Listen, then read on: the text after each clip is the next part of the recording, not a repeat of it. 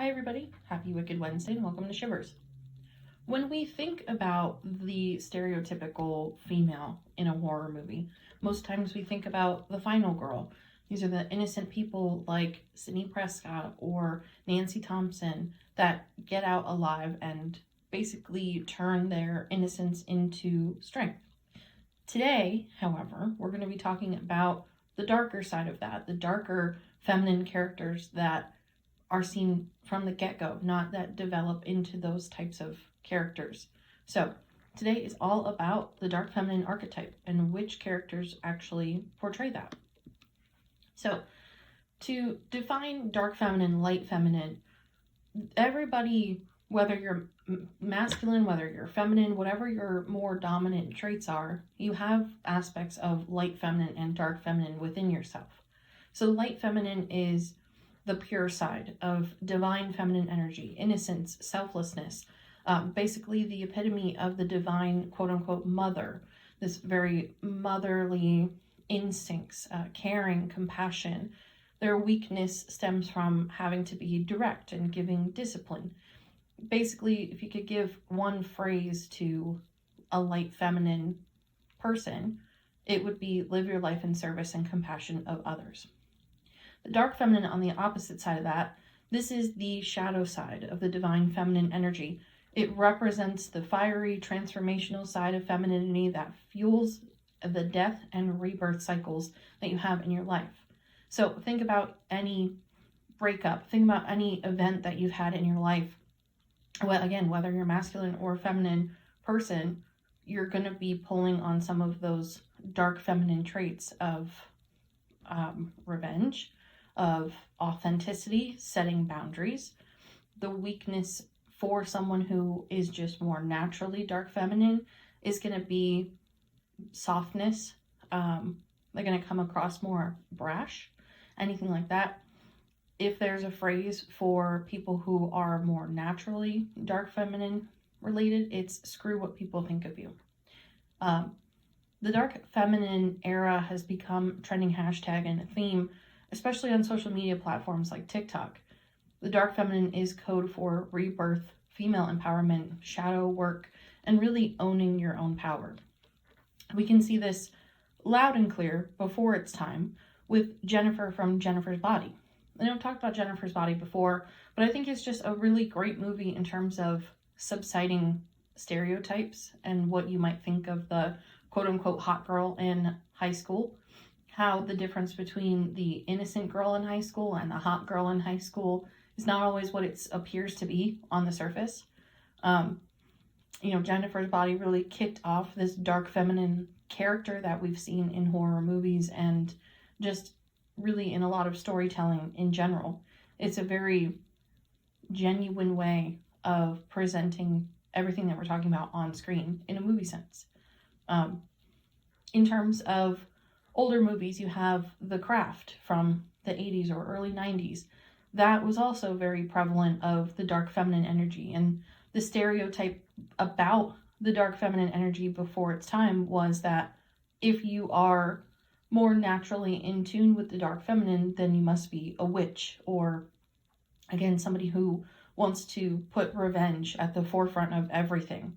And so you have the opposite of that with the light feminine of being Marie Antoinette.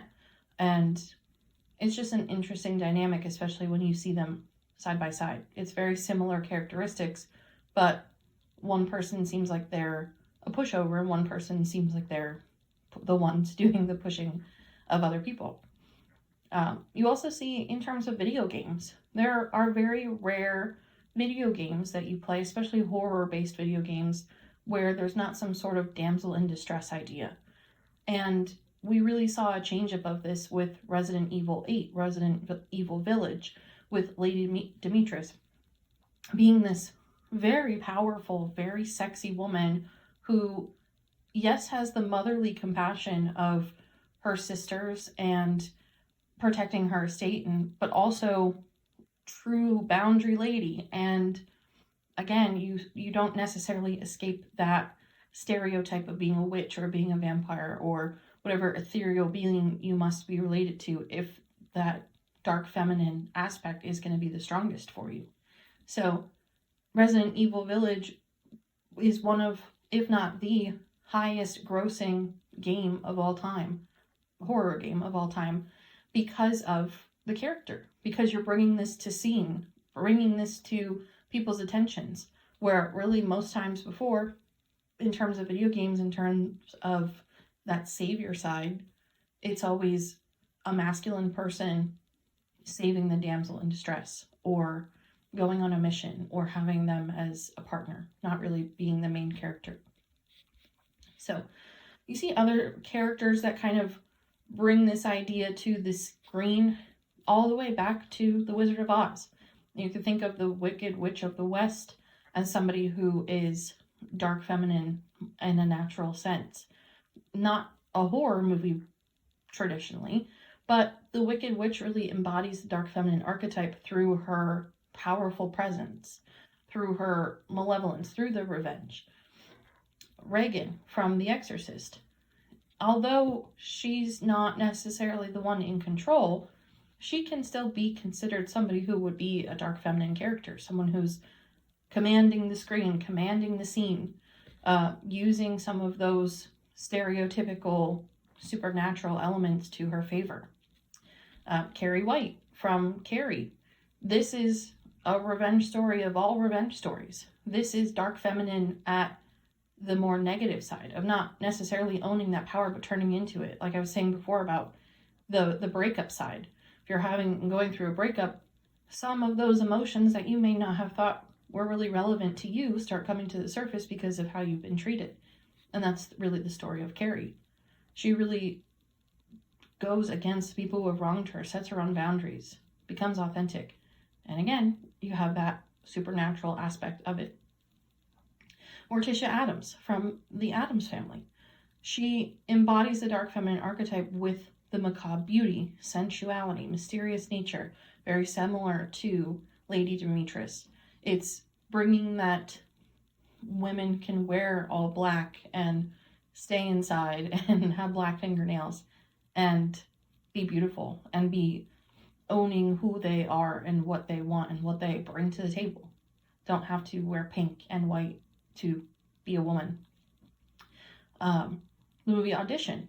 The main character of Audition, Asami Yamazaki, she is another perfect example of the dark feminine.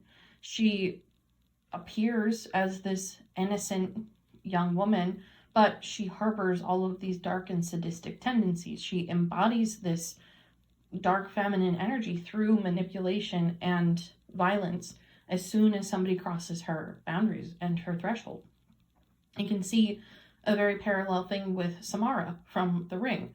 She's coming back because of her sad stories and her tale for revenge, but she's in control. She's making things happen. So, I mean, you can start seeing a pattern with all of these characters. Even Annie Wilkes, also from Misery. It seems like this crazy woman who has lost their mind or has been pushed too far or pushed over the edge. But it's the violence, it's the manipulation, it's control at its very core. And the authenticity of this feels right. This feels like me. This feels appropriate. So you have the dark of dark feminine of the people who are doing and acting out of behaviors from reaction, from the breakup, from being wronged, from whatever it may be, or the people who naturally flow into that behavior. Even think of dominatrix, people who do that for a living or for even just simply their free time. Falling into that behavior is natural or unnatural, but you're totally in control. It's your world and everybody has to listen to you.